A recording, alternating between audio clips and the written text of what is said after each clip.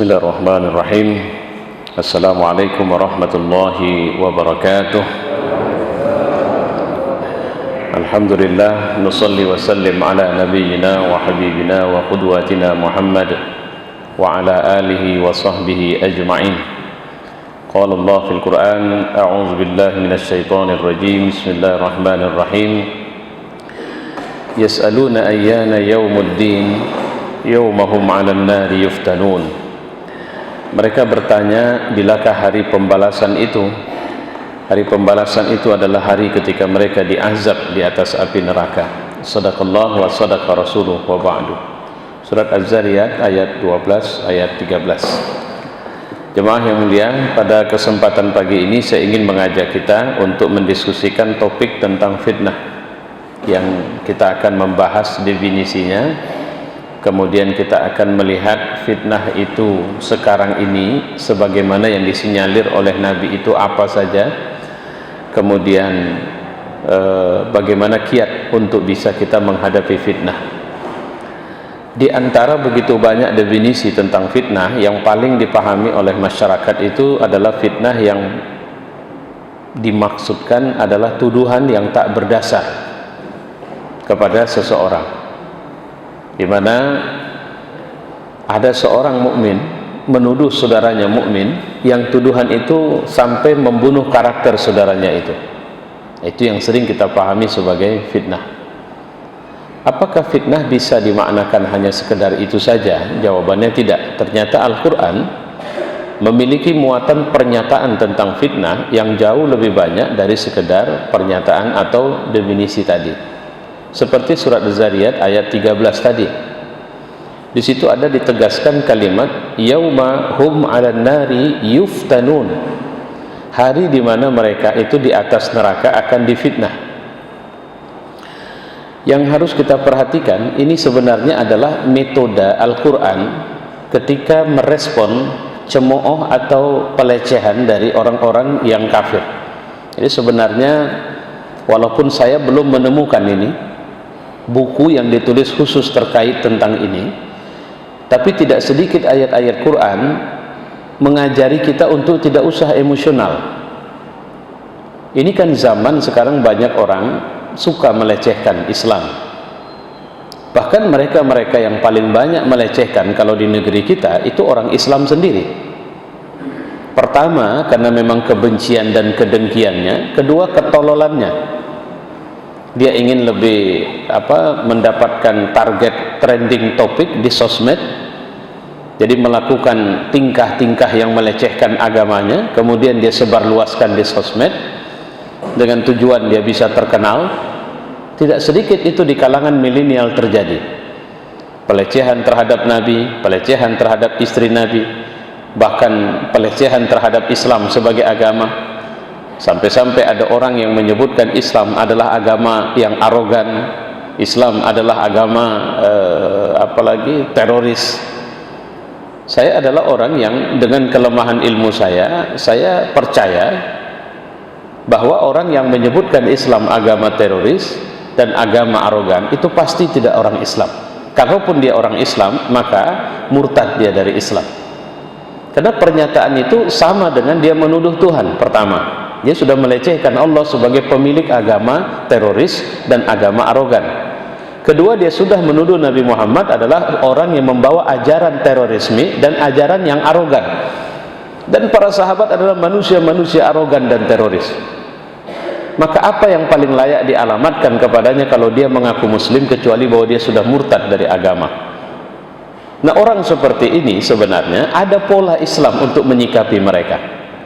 Nah, salah satunya ini kan rentetan ayat sebelumnya ini, ya, rentetan ayat sebelumnya itu berbicara tentang orang-orang kafir ini, ya. Kemudian diskusi atau dialog dengan mereka diakhiri mereka bertanya, yas'aluna ayyana yaumuddin.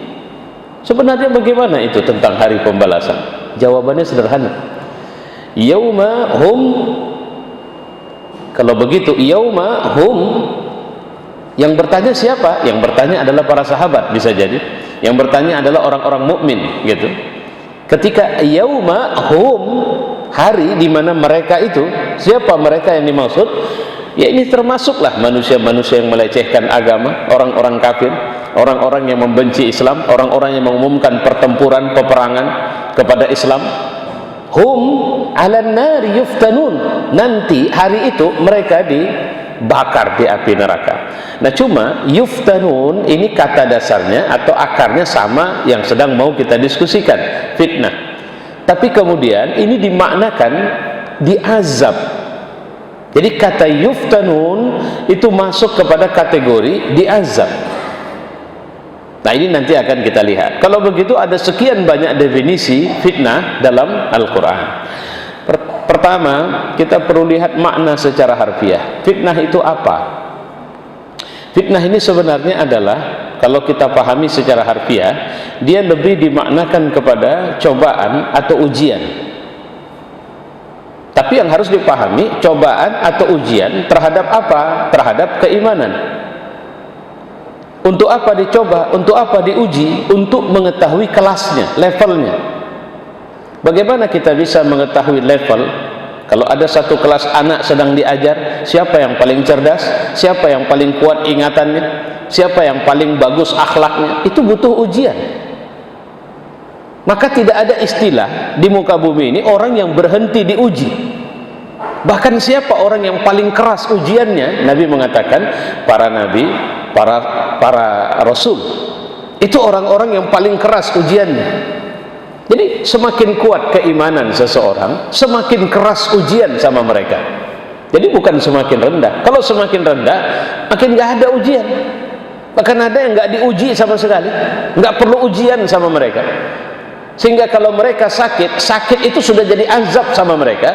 Dan kalau kita sakit, sakitnya kita itu ujian yang bisa merontokkan dosa-dosa kita.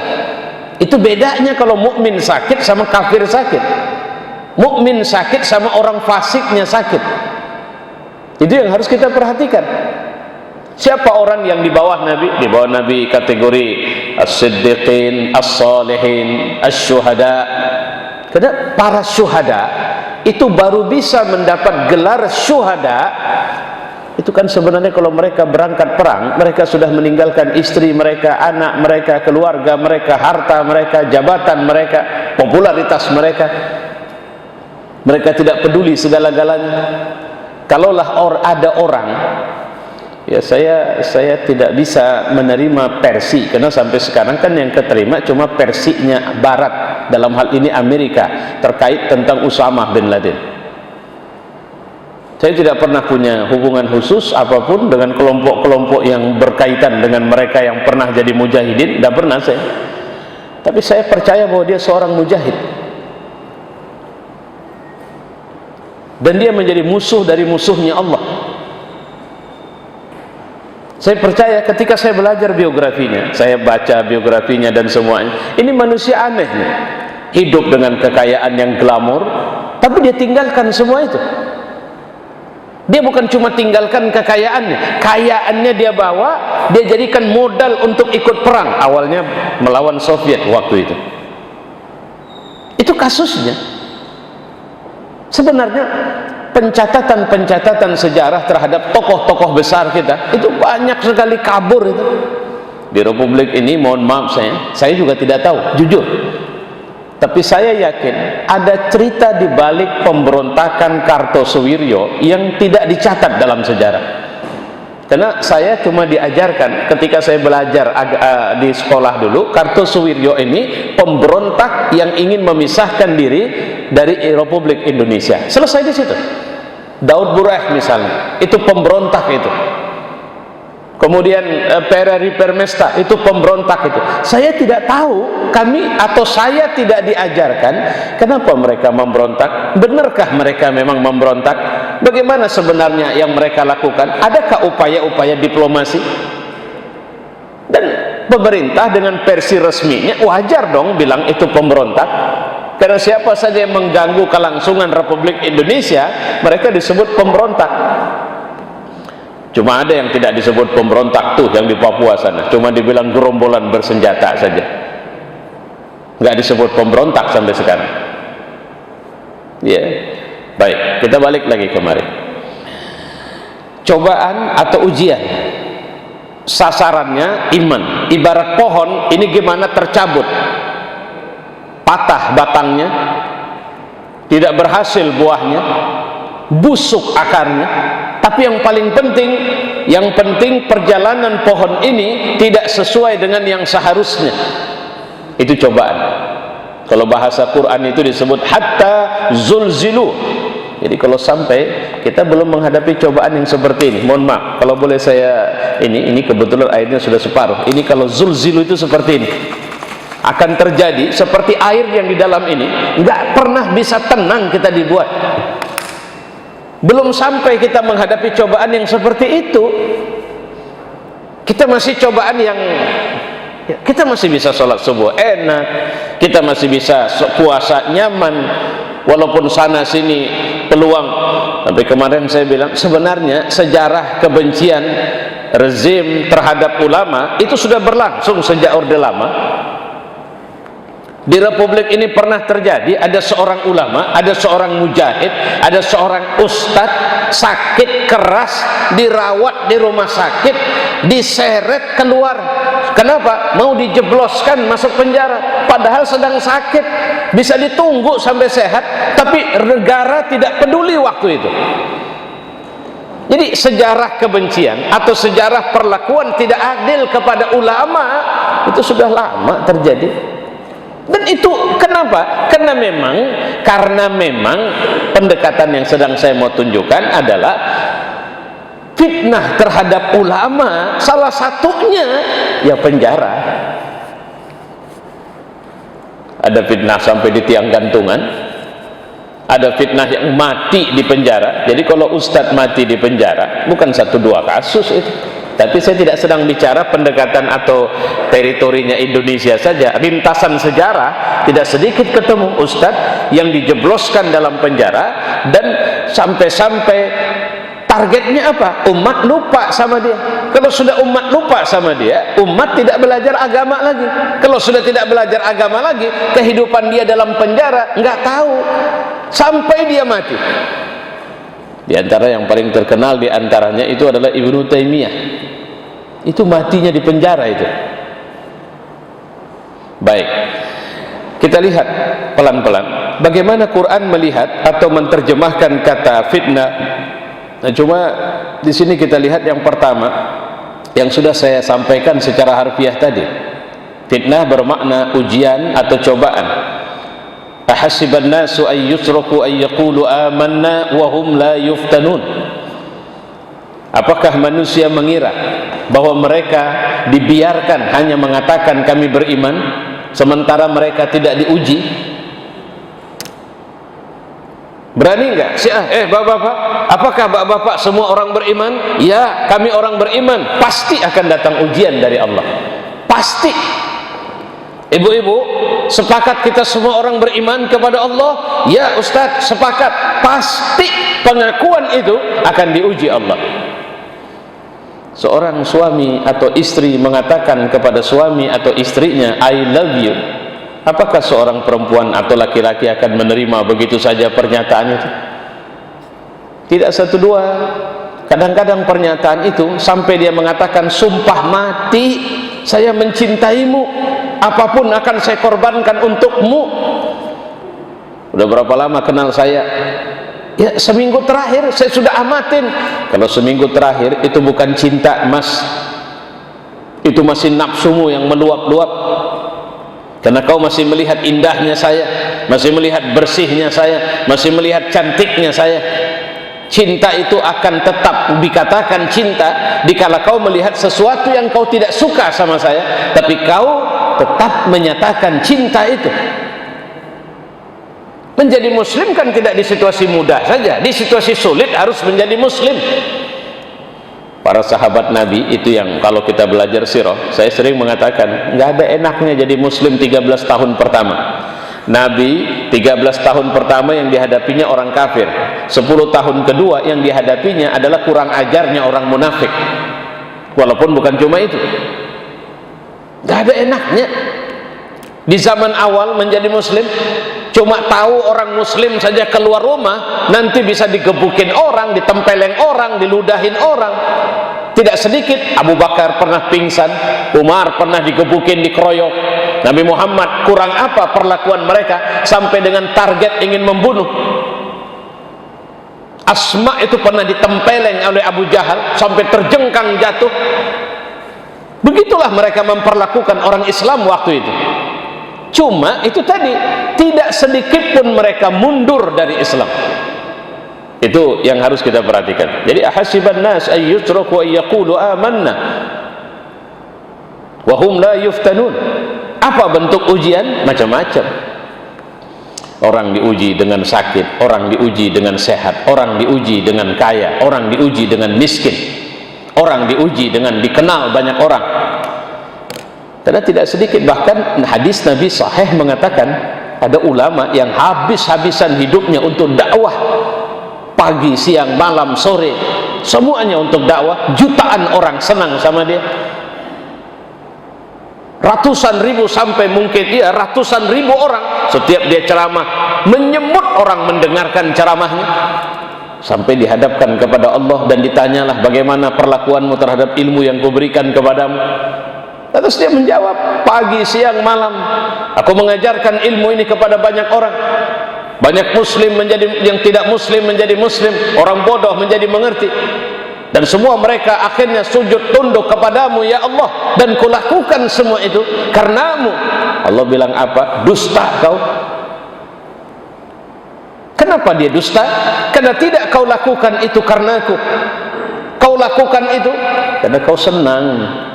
Karena setiap kau datang semua orang cium tanganmu, semua orang memperlakukanmu khusus, memanggilmu dengan tuan guru, memanggilmu dengan tuan syekh, memanggilmu dengan ustaz.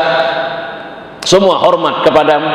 Kau duduk di mana, kau makan di mana, kau belanja apa, tidak ada yang mau dibayar. Kira-kira begitu apanya? Dan dia menikmati itu. Nggak penting sama dia kaya, nggak penting sama dia punya uang, karena dia sudah mendapatkan apa yang dia mau, dikenal sebagai ulama. Ini hadis loh, salah satunya. Ada qori disebutkan, ada orang yang punya harta kerjanya infak saja tapi masuk neraka. Ini yang harus kita perhatikan ya. Dan itu fitnah, itu ujian. Ujian rasa senang, rasa bangga, merasa hebat, merasa saya paling dalam ilmunya. Begitu ada orang bantah dia, tidak punya adab Anda, saya kan ulama. Kenapa pula Anda belajar kapan? Itu yang terjadi. Saya pernah mendengar seorang ustadz ceramah. Dia bilang ketika waktu itu ada khutbah, yang khutbah itu doktor. Khutbahnya menurut ustadz ini tidak benar. Selesai khutbah, dia datangi, maaf Pak, saya mau diskusi sebentar tentang isi khutbah Anda. Tentang yang mana? Oh, tentang ini, begini, begitu semua. Ternyata si dokternya bilang apa? Anda kuliahnya di mana? Sudah S berapa? Anda tahu saya S berapa? Saya masih S2 Pak. Oh, S2. Kalau S2 Anda belum layak untuk kritik saya sudah S3. Ya. Mohon maaf, ini bukan jadi baper, bukan jadi curhat. Satu waktu ada majelis taklim atau masjid kirim surat ke saya, Ustadz mohon maaf mulai tahun ini kami minta izin untuk tidak menyertakan Ustadz lagi dalam kegiatan majelis taklim dan khutbah Jumat di masjid kami, karena mulai tahun ini yang hanya boleh ceramah sama yang boleh khutbah di masjid kami itu minimal S3 Ustadz. Serius, itu terjadi kepada saya membacanya tertawa saya. Sampai saya bilang, jika Allah mengizinkan saya sampai S3 sekalipun, saya tidak akan masuk ke masjid itu lagi kecuali mereka berubah dari cara berpikir mereka. Ini disiarkan langsung ini atau disiarkan record, nanti mungkin mereka mendengar, karena saya tahu itu siapa pengurusnya. Ya, saya tahu bagaimana kelas manusianya lah. Nah, cuma ya begitu memang. Ujian-ujian itu datang kepada mereka, juga kepada saya, kepada mereka, karena ujian setelah punya jabatan, ujian dengan strata yang lebih tinggi, itu terjadi. Ya, ini yang pertama. Yang kedua, fitnah bermakna memalingkan dari jalan kebenaran dan menolaknya. Wa anihkum bainahum bima anzalallah wa la tattabi' ahwa'ahum wahdharhum ay yaftinuka an ba'di ma anzalallah ilaik. Hendaklah kalian memutuskan perkara di antara mereka menurut apa yang diturunkan Allah. Jangan ikutin keinginan mereka. Dan kemudian Allah mengatakan wahzarhum, waspada, siaga, hati-hati terhadap mereka. Jangan sampai mereka memperdayakanmu ya terhadap sebahagian apa yang telah diturunkan kepadamu. Jadi maknanya fitnah ini mereka berupaya memalingkan kita dari jalan kebenaran, karena mengatakan ini kan kita butuh, kita kan berada di situasi yang plural, ini kan negara bukan negara agama, ini kan walaupun kita mayoritas, kita kan harus tahu banyak manusia selain kita. Saya bilang yang namanya demokratis itu proporsional. Saya masih ingat almarhum presiden kita Pak Habibie bilang apa? Ya proporsional. Saya memberikan keputusan dengan proporsional. Kalau muslim lebih banyak di situ, saya taruh muslim. Bukan dengan alasan demokratis. Sebuah daerah dengan mayoritas muslim, saya taruh kafir di situ. Gak begitu. Kalau ini dari mayoritas muslim, kenapa berlaku itu misalnya di Bali? Pernah nggak sejarah Bali punya gubernur yang muslim dengan alasan demokrasi? Kenapa logika yang sama tidak dipakai untuk Jakarta ketika kita ribut kemarin itu? Jakarta itu 80% lebih muslim, tapi mereka mau taruh kafir di situ dengan dalih ini demokrasi, ini bukan negara agama. Kenapa cuma ngomong sama muslim? Kenapa tidak ngomong sama Bali? Sama seperti Tapanuli Utara. Pernah nggak Tapanuli Utara punya bupati muslim? Maaf cakap Simalungun sampai sekarang cuma sekali doang dalam sejarah setelah Orde Baru punya bupati muslim. Selebihnya kafir. Loh, kenapa? Padahal di situ muslim mayoritas. 60%-an itu muslim di sana. Terus kenapa mereka selalu pakai logika? Ini hati-hati. Ayyaftinuka. Mereka mau memalingkanmu dari Allah. Sekarang banyak itu. Udahlah. Kemarin ada video seorang anak usia nggak tahu saya sekitar mungkin di bawah 10 tahun atau nggak sama, kalau paling banter 12 tahun itu umur anak itu, yang sedang mabuk tua atau apa begitu. Saya melihatnya nggak lucu, sedih rasanya, walaupun itu kata anak saya itu video sudah lama itu. Terus kemudian anak itu kalimatnya loh, Pak, saya mabuk itu kan hak saya Pak, karena saya pakai duit saya, bukan pakai duit Bapak. Saya merokok itu hak saya, karena saya merokok, beli rokok pakai duit saya, bukan duit Bapak. Kenapa Bapak yang ribut sama saya? Saya lihat video itu, saya prihatin, ya Allah, anak sekecil ini logikanya sudah rusak serusak itu. Itu yang saya seringat apa yang dibilang almarhum Zainuddin MZ. Iya, yang mabuk memang elu, kalau bahasa Zainuddin itu. Yang zina memang elu, tapi kalau datang azab, yang kena bukan cuma lu doang. Nah, terus ada kalimat lanjutan dia ungkapkan itu. Nah sekarang ini tadi ada upaya-upaya mereka untuk menjauhkan kita, membalikkan kita, membuat kita ragu dengan agama kita. Sebenarnya sistematis loh Pak, kalau kita belajar Ghazul Fikri untuk kasus Indonesia, itu sistematis itu. Yang pertama dirusak mereka adalah institusi yang disebut dengan ulama. Ulama ini dicitrakan buruk. Ada ulama yang punya persoalan moral, ini diangkat. Ulama yang masalah rumah tangga, ini diangkat. Supaya terjadi penilaian yang negatif dari umat terhadap ulama. Minimal ulama juga manusia. Itu logika yang mau dibangunkan. Setelah sampai pada logika ini, mereka serbu kita dengan budaya-budaya negatif. Apakah itu anak-anak dengan game, sinetron, macam-macam. Mereka biarkan ini terus melanda kita. Ada televisi yang secara sistematis misalnya mempropagandakan budaya Hindu di Republik ini. Ada yang kemudian mengimport budaya kita nggak jelas, itu K-pop dan semuanya. Saya sampai sekarang nggak pernah ngerti itu. Jujur saya siapa tokohnya apa semua dari Korea. Terus ada sinetron-sinetron Islam, judulnya Islam, suasananya Islam, tapi kontennya merusak Islam. Pesantren, backgroundnya pesantren, tapi dibuat kisah cinta. Backgroundnya pesantren, tapi menyerang jilbab di situ. biadab mereka. Cuma karena kita dibuat di satu titik, kita diadu satu sama lain, tidak akur satu sama lain, serang ini serang itu, dipermainkan. Kita tidak punya kekuatan kecuali ghirah, kecuali cinta, kecuali apalagi kecemburuan terhadap agama. Tapi kita tidak jadi strategik sehingga kita jadi buih. Itu yang dibilang Nabi, gusa ka gusai sail, seperti buih di lautan. Kemudian banyak lagi definisi yang lain, seperti siksa, syirik, kemudian samarnya kebenaran dengan kebatilan atau ketidakbenaran. Ini sebagaimana disebutkan dalam ayat Al-Quran juga, walladzina kafaru ba'duhum awliya'u ba'd. Orang-orang kafir, mereka satu sama lain adalah wali. Illa taf'alu, kalau kalian tidak melaksanakan amar ma'ruf nahi munkar, takun fitnah fil ard wa fasad kabir. Akan terjadi fitnah di muka bumi dan kerusakan kalau kalian tidak lagi amar ma'ruf nahi munkar. Kita akan sampai pada zaman di mana zina itu urusan masalah pribadi orang, gak usah diributin.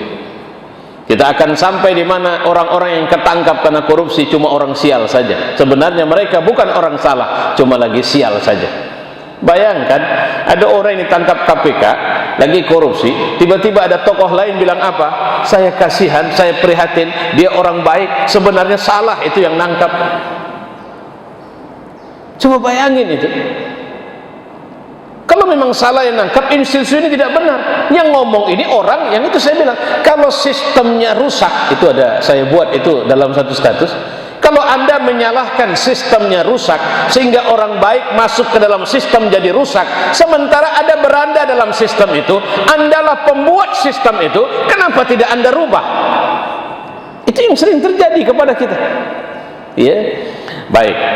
Ini saya ringkas ini pernyataannya. Kita akan melihat bagaimana atau fitnah apa saja yang disebutkan oleh Rasulullah Sallallahu Alaihi Wasallam ketika beliau menceritakan di tengah-tengah kita tentang fitnah. Maksud saya di tengah para sahabat. Ada satu hadis yang menceritakan Nabi sedang membahas 3 fitnah. 3 fitnah ini akan terjadi di tengah umat. Itu adalah fitnah ahlas, fitnah sarra, dan fitnah duhaima. Apa itu fitnah ahlas? Nabi menterjemahkan ahlas itu laksana pelana yang begitu dia ditaruh, dia akan menempel terus. Artinya satu fitnah yang kalau terjadi tidak akan pernah hilang. Ini akan terjadi terus sampai hari kiamat. Fitnah apa itu? Fitnah ahlas, fitnah pembunuhan, fitnah pengusiran, fitnah pertengkaran, fitnah peperangan. Kapan fitnah ini dimulai? Dengan terbunuhnya Umar bin Khattab. Karena waktu itu Huzaifah, profesor yang ahli di bidang masalah munafik dan masalah fitnah, itu mengatakan pintunya kalau itu sudah didobrak dan setelah terdobrak terbuka, tidak akan bisa ditutup lagi selamanya. Siapa yang dimaksud dengan pintu itu ya Huzaifah? Huzaifah jawab, kau lebih tahu. Maksudnya kepada Umar bin Khattab. Rasul mengalamatkan ini juga kepada Umar.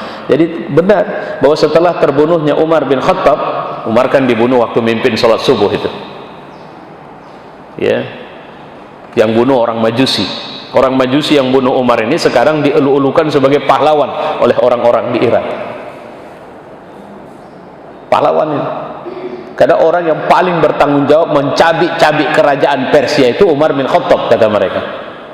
Maka mereka dendam besar sama Umar bin Khattab itu. Setelah Umar terbunuh, maka peristiwa fitnah pertama muncul. Apa itu? Dibunuhnya Utsman bin Affan oleh ribuan orang, lebih dari 1.500 orang yang mengepung rumahnya, mendobrak pintunya, menghancurkan pagarnya, dan menikam dia di saat beliau sedang memegang mushaf atau membacanya. Selepas terbunuhnya Utsman, maka umat Islam saling mencabik satu sama lain waktu itu. Tidak sedikit-dikitnya diperkirakan 90.000 sahabat tewas karena saling serang dalam 2 perang, perang Jamal sama perang Siffin. Setelah itu pertumpahan darah lebih sering terjadi di antara orang Islam sampai sekarang. Pengusiran, kalau yang ada di mana ada pengungsi, mayoritasnya kasus perang Islam. Suriah perang kita antara kita, Myanmar kita diserang habis, umat Islam sering berada dalam kondisi teraniaya. Itu memang sudah fitnah yang melanda itu. Ini yang disebut dengan fitnah ahlas. Kedua, fitnah sarra. Sarra, fitnah sarra ini kata Nabi fitnah kesenangan. Allah akan buka keran-keran kesenangan hidup sama kita. Kalau sudah begini, biasanya orang takut kehilangan kesenangan hidup itu. Saya mohon maaf, semoga Allah meluruskan beliau dan mengampuni saya kalau saya salah. Saya ada mengamati seorang pejabat yang dari dulu saya amatin itu. Kalau saya memperhatikan, ini manusia, ini monyet pun jadi pemimpin, ini bakal dia elu-elukan ini. Sampai begitulah kesimpulan saya. Karena sama dia yang penting posisi dia aman. Mau bajingan jadi pemimpin dia, mau orang kurang ajar jadi pemimpin dia, itu tetap segala puji bagi sang pimpinan itu sama dia. Itu saya amatin terus. Sekarang masih menjabat itu manusia itu. Tapi saya berdoa semoga Allah luruskan beliau, karena saya melihat dasar kepribadian yang baik ada sama beliau, tapi beliau terfitnah oleh jabatannya. Itu kesimpulan saya itu. Sudah bertahun-tahun dari saya sejak masih dulu anggota dewan, saya sudah lihat itu kondisi manusianya. Sering saya kalau ditanya orang bagaimana dia, saya bilang insya Allah dia orang baik, cuma dia kurangnya sedikit di sini saja. Sampai sekarang saya masih lihat itu. Tapi itu contoh, dan saya berharap semoga Allah rubah dia, menjadikan dia orang yang lurus, karena dia aslinya lurus. Ini orang pernah nggak sholat gara-gara pimpinan yang nggak sholat ya. Ketika ngomong sama saya jawab, kenapa bisa tak sholat? Ya cuma lah Ustaz, segan kita sama dia. Jadi kalau dia masuk neraka lah Bapak. Saya tidak bisa jawab dia. Ya. Baik. Jadi ini fitnah sarra. Fitnah sarra ini banyak. Di antara contoh nanti orang suka berinfak ke masjid, bangun masjid, berinfak majelis taklim, bangun tahfiz apa semua. Bapak luar biasa kali infak Bapak. Saya tengok Bapak di rumah saja, tak kemana-mana. Apa sebenarnya kerjaan Bapak? Tak suka dia dibahas itu. Karena dia tidak mau bagaimana cara dia mendapatkan duit dibahas, karena dia tahu betul tidak sepenuhnya dia mencari duit dengan cara halal. Yang penting kan saya sudah infak, ngapain diribut-ributin? Itu fitnah sarra. Yang ketiga, fitnah duhaima. Fitnah duhaima ini sedang, kalau saya bilang, ini sedang keras menerpa kita di republik ini. Ini kata Nabi, fitnah yang satu ini akan menampar wajah kita, masing-masing kita. Semua kita kena. Karena fitnah ini puncaknya akan memisahkan kita menjadi satu, mukmin yang tidak ada munafik di sana, kedua munafik yang tidak ada keimanan di sana. Jadi belah kita dua itu. Fitnah duhaima ini kata Nabi sampai membuat orang yang paginya mukmin sore kafir, sore mukmin pagi kafir. Ini fitnah duhaima. Ini fitnah apa? Fitnah langsung menyerang prinsip keyakinan kita. Apa prinsip keyakinan? Syahadat kita, la ilaha illallah. Gelombang fitnah ini diawali dari kecemasan, kebencian, kekhawatiran, kedengkian ketika simbol la ilaha illallah itu dituliskan di secari kain yang berbentuk bendera atau baju atau topi pet dan sebagainya, seperti mereka melihat hantu yang menakutkan mereka sehingga mereka menertibkan itu habis-habisan. Bayangin anak TK memegang bendera bertuliskan kalimat itu. Saya tahu anak TK itu pun tahu bahwa dia benderanya bukan itu, tapi waktu itu hari apa kalau nggak silap, hari santri waktu itu, mereka baris dan ada benderanya, sigap aparat langsung mengutip bendera itu, tidak boleh. Jadi mau pegang bendera apa? Bendera Pinocchio atau bendera Pokemon atau bendera tokoh-tokoh kartun disuruh megang? Kenapa mereka tidak boleh, padahal mereka mengaji atau mereka di sekolah-sekolah Islam mereka tidak boleh kenal kalimat itu? Fitnah ini membuat kita jadi cemas dan takut untuk berjilbab dengan benar, dengan lurus, atau berakhlak dengan benar, atau masuk masjid dengan benar, atau membangun, mengelola masjid dengan lurus, karena kita takut, karena sudah ada istilah masjid radikal. Fitnah ini memaksa kita, bukan sekedar menggoda, dia sudah memaksa kita untuk jangan beragama dengan benar. Itu akan terjadi. Ini terjadi kalau Eropa sudah duluan, Amerika sudah duluan. Bagaimana sekedar berjilbab saja di sana menjadi sebuah masalah besar sama mereka. Baik, yang terakhir, kalau begitu sekarang bagaimana cara kita untuk kembali atau bertahan? Kalau bahasa Nabi, berpedoman kepada Al-Quran dan Sunnah, memegang itu dengan geraham kita. Jadi bukan dengan tangan, tapi geraham, digigit supaya jangan hilang. Dan ini dilakukan implementasi dalam bentuk bertobat.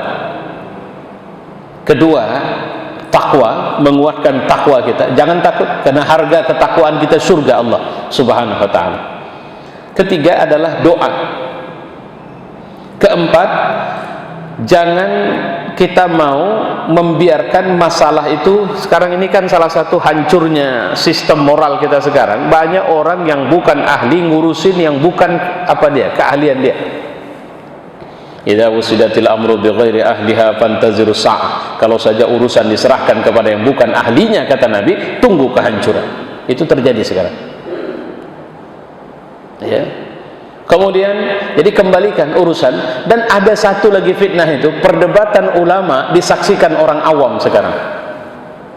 Ini membuat kita kehilangan pesona, atau ulama kehilangan pesona, karisma, wibawa, rasa segan umat hilang.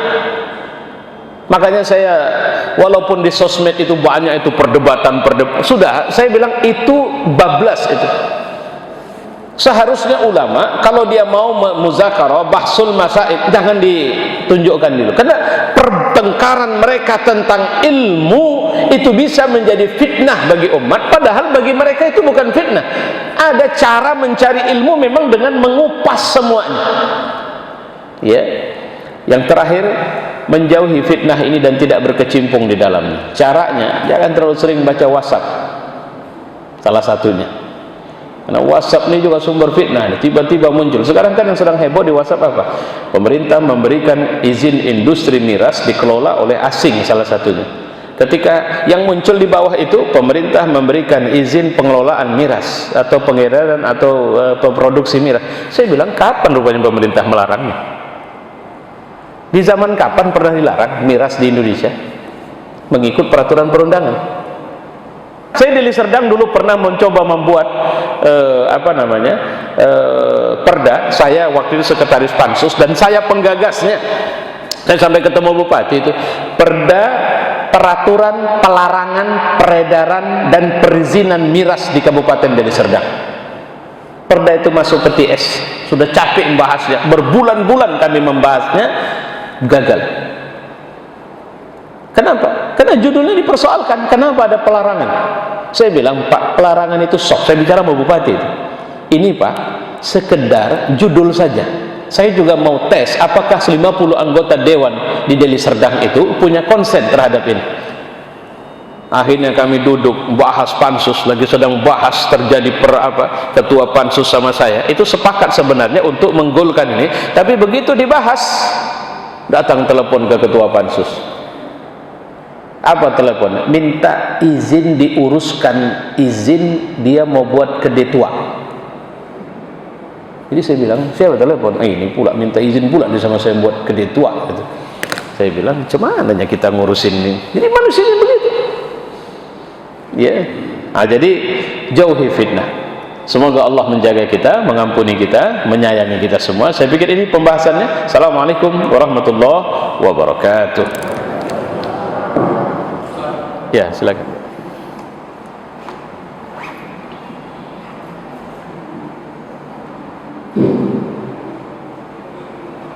Assalamualaikum warahmatullahi wabarakatuh. Waalaikumsalam warahmatullahi wabarakatuh. Dalam satu pustaka saya membaca bahwa Dajjal itu hidup di dunia selama 40 hari untuk berbuat fitnah. Satu hari pertama sama dengan setahun, hari kedua sama dengan sebulan, satu hari ketiga sama dengan seminggu, dan satu hari selanjutnya adalah sama dengan hari kita. Yang saya ingin tanya kepada Ustaz, kalau fitnah itu sudah terjadi sekarang ini. Contohnya saya lihat misalnya sholat berjamaah dan sebagainya. Kemudian juga ibadah muslim gereja dan lain sebagainya. Pertanyaan saya, kira-kira Dajjal itu dimulai dari kapan startnya dia itu setahun sama setahun? Dan kalau dibilang saat itu kira-kira belum sama setelah dengan satu gereja. Ya. Itu saya tidak tahu. Nah, saya jelaskan. Kedua, apakah orang yang melakukan transaksi riba itu adalah fitnah dari Dajjal juga? Apakah? Yang melakukan transaksi riba. Oh ya. Saya bukan membilang langsung ribanya, kalau sudah pasti itu kan juga itu haram. Tapi yang melakukan transaksi riba, contohnya kita melakukan pinjaman dan lain sebagainya dari sini seperti bank. Jadi dua itu saja terus. Baik. Makasih. Pertama saya pernah juga sampaikan di sini, kalau bicara tentang satu idiom, istilah, simbol, kalau itu sumbernya Nabi, ya kita harus tanya Nabi. Dajjal ini yang mengkhabarkan sama kita itu Nabi. Nabi mengatakan pertama, tidak ada satu Nabi pun kecuali dia pasti menyampaikan fitnah Masih Dajjal kepada umatnya. Jadi tentu saya kalau tidak ada seorang Nabi, maka dimulailah dari Nabi Nuh. Karena sekarang ini muncul pandangan bahwa Nabi itu dimulai dari Nabi Nuh. Jadi Adam itu tidak Nabi dan Rasul. Saya sebenarnya tidak suka dengan penjelasan ini, karena memang sudah, cuma ya sudah kita mulai. Kalau dakwah yang menyeru kepada tauhid memang dimulai daripada masa Nabi Nuh, begitu. Jadi dari masa Nabi Nuh sampai Nabi Muhammad semua mengingatkan tentang fitnah Masih Dajjal, pasti. Ketika sudah diingatkan, pertanyaannya, apakah sudah ada Dajjal kalau begitu sejak zamannya Nabi Nuh? Jawabannya itu asumtif, tidak dijelaskan, spekulatif. Ketika Nabi mengajak kita untuk hati-hati terhadap satu fitnah tertentu, itu jangan dimaknakan bahwa itu sudah terjadi, belum terjadi, bisa jadi belum terjadi, bisa jadi belum ada, bisa jadi sudah ada. Wallahu a'lam bishawab. Tapi ternyata sosok Dajjal ini makin jelas di zaman Nabi ketika seorang bernama Tamim Ad-Dari menceritakan bahwa dia ketemu seseorang yang besar badannya, ya, yang orang ini akhirnya divonis Nabi sebagai Dajjal. Itu yang kau temuin atau yang ditemui oleh Tamim Ad-Dari adalah Dajjal. Dengan demikian Dajjal sudah ada minimal dimulai dari zaman Nabi. Karena tidak ada penjelasan bahwa Dajjal sudah ada sebelum zaman Nabi. Tapi bukan tidak mungkin, memang sudah ada. Begitu. Ya, begitu cara kita menerimanya, Pak. Jadi kalau begitu Dajjal itu sosok manusia. Dajjal itu manusia. Bahkan Nabi sampai menceritakan kriteria tampilan fisiknya seperti apa, itu disampaikan oleh Nabi. Kapan dia muncul? Nabi pernah menyatakan Dajjal akan muncul dari wilayah Khurasan. Khurasan itu diperkirakan antara sekarang ini Khurasannya Afghanistan atau Khurasannya Iran. Tapi mayoritas ulama sepakat bahwa yang dimaksud adalah Khurasannya Iran. Dan pertama Dajjal keluar, kata Nabi, sebagai tokoh spiritual. Dia akan didampingi oleh 70.000 pengikutnya yang semuanya berpakaian peribadatan agama tertentu. Begitu.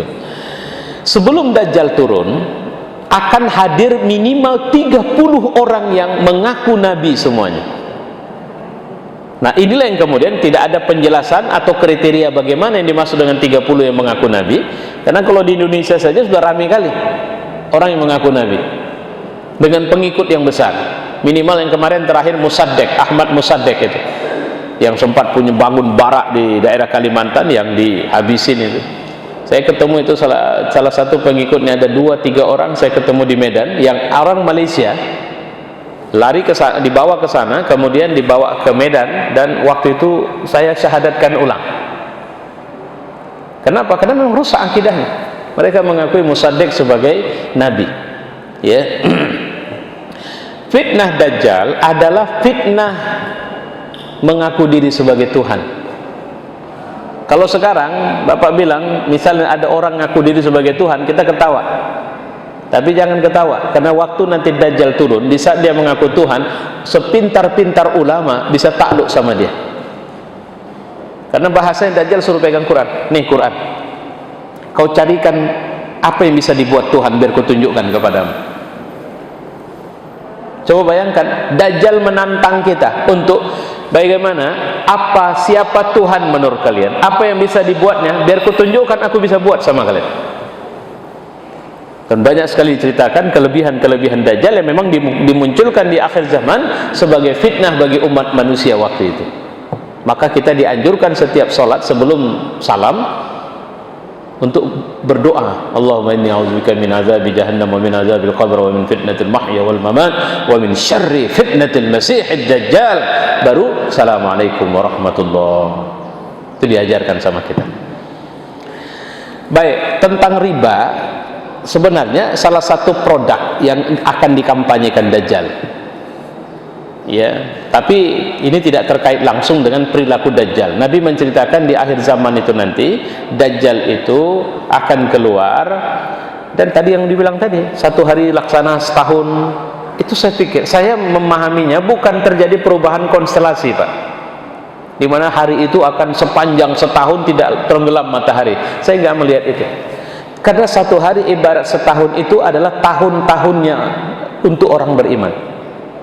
Orang, ya semoga jangan terjadi sama kita, naik lift, begitu naik lift tiba-tiba ini lantai berapa, lantai 17, di lantai ke-8 misalnya lift tersendat, tidak berjalan,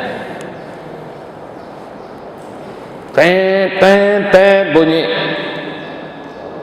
siapa ini Pak, kami termacat di lift Pak. Oh ya tunggu ya, saya tunggu 1 menit 2 menit, ampun rasanya nunggu itu. Nah kira-kira begitu Pak. Jadi bagi seorang beriman, tekanan Dajjal itu dahsyat di hari pertama dia datang. Setelah dia diketahui secara mondial, secara global, ya, bahwa Dajjal sudah hadir, maka Dajjal ini akan melakukan tekanan agar semua orang beriman kepadanya. Dan itu berat kali sama kita. Makanya diceritakan oleh Nabi, para laki-laki mukmin waktu itu mencari istri dan anak perempuan mereka untuk kemudian menutup dan menghalangi mereka keluar rumah, karena Dajjal menyasar ke mereka. Hari kedua seperti sebulan, hari ketiga seperti sehari. Sepertinya ketika hari keempat itu seperti hari kalian biasa, saya memahami saat itu sudah terjadi perlawanan terbuka terhadap Dajjal. Itulah yang dipimpin oleh Imamul Mahdi. Tapi ini prasangka saya, asumsi saya. Mohon maaf Pak, saya kira itu yang membuat saya lebih cepat menjawab, karena di luar lebih terang saya lihat. Masih ada lagi? Nggak boleh. Kalau saya sih oke aja.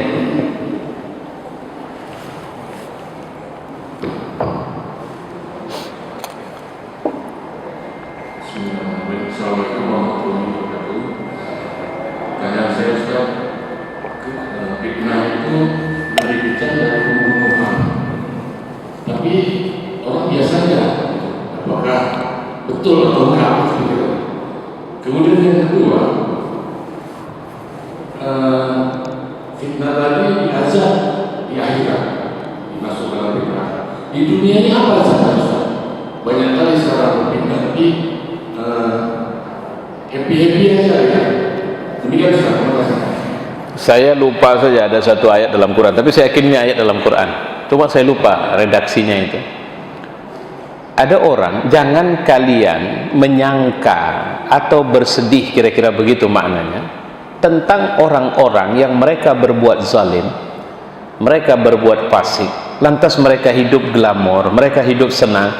Jangan kalian merasa heran dengan itu, karena memang itu dibiarkan Allah mereka sampai nanti di akhirat Allah akan memberikan azab yang pedih kepada mereka. Jadi artinya memang Allah tangguhkan.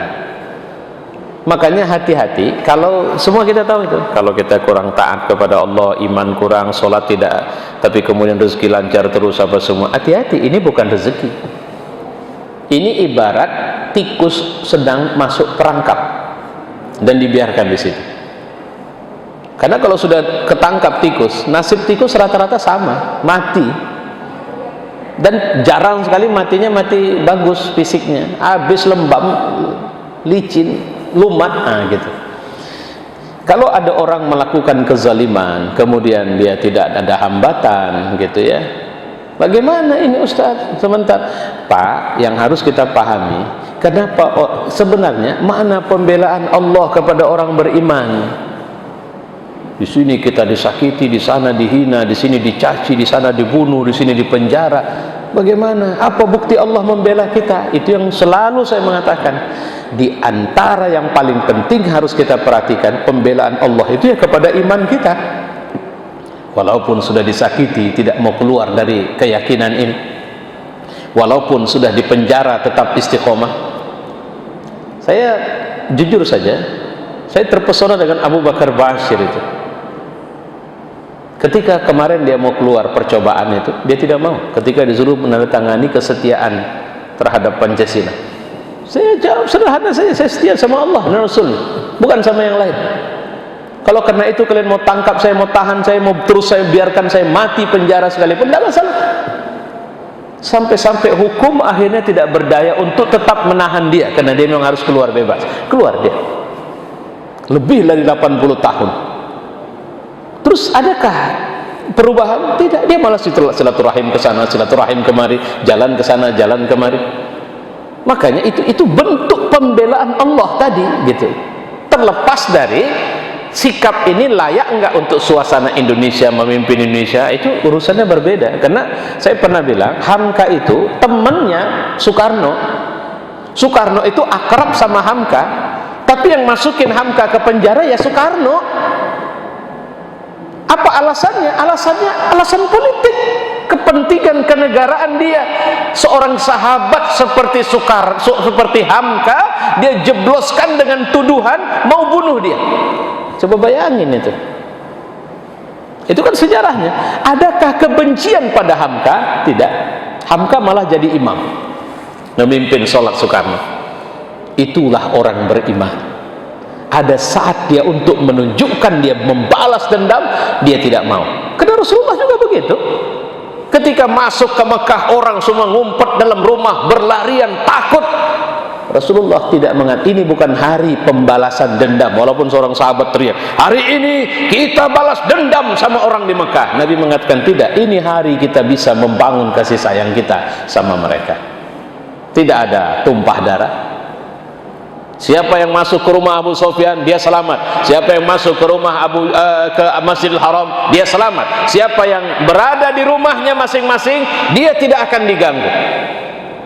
Itulah karakter orang yang berada di jalan Allah. Di saat dia berkuasa, dia bukan balas dendam. Nah, kira-kira begitu respon saya. Saya kira itu ya, kita tutup dengan doa. Alhamdulillahirabbil alamin, wassalatu wassalamu ala asyrafil anbiya wal mursalin wa ala alihi wa sahbihi ajma'in.